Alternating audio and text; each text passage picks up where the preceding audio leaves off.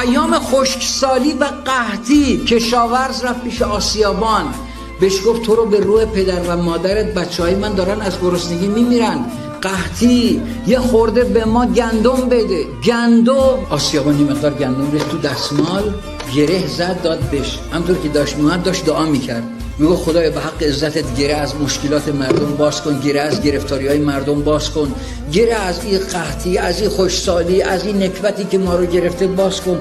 اینقدر گره کرد تا این گره های دستمال باز شد، همه گندم‌ها ریخت رو زمین. چنان عصبانی شد، رو کرد به خدا، گفت سالها نرد خدایی باختی، این گره رازان گره نشناختی؟ من تو را کی گفتم ای یار عزیز که این گره بخشای گندم را بریز؟ آن گره را چون نیارستی گوش شد، این گره بخشودن دیگر چه بود؟ من خداوندی ندیدم زین نمد، یک گره بخشودی آن هم غلط. میگه الغرض برگشت مسکین دردناک تا مگر برچیندن گندم ز خاک. برگشت گندم ها رو جمع کنه، چون برای جستجو خم کرد سر، دید افتاده یکی همیان زر. یه صدایی در درونش گفت تو مبین اندر درختی یا به چاه، تو مرا بین که منم مفتاح راه. سر پنهان است اندر صد بلا، ظاهرش با توست و باطن برخلاف. عقل را خود با چنین سودا چه کار، کر مادر زاد را سرنا چه.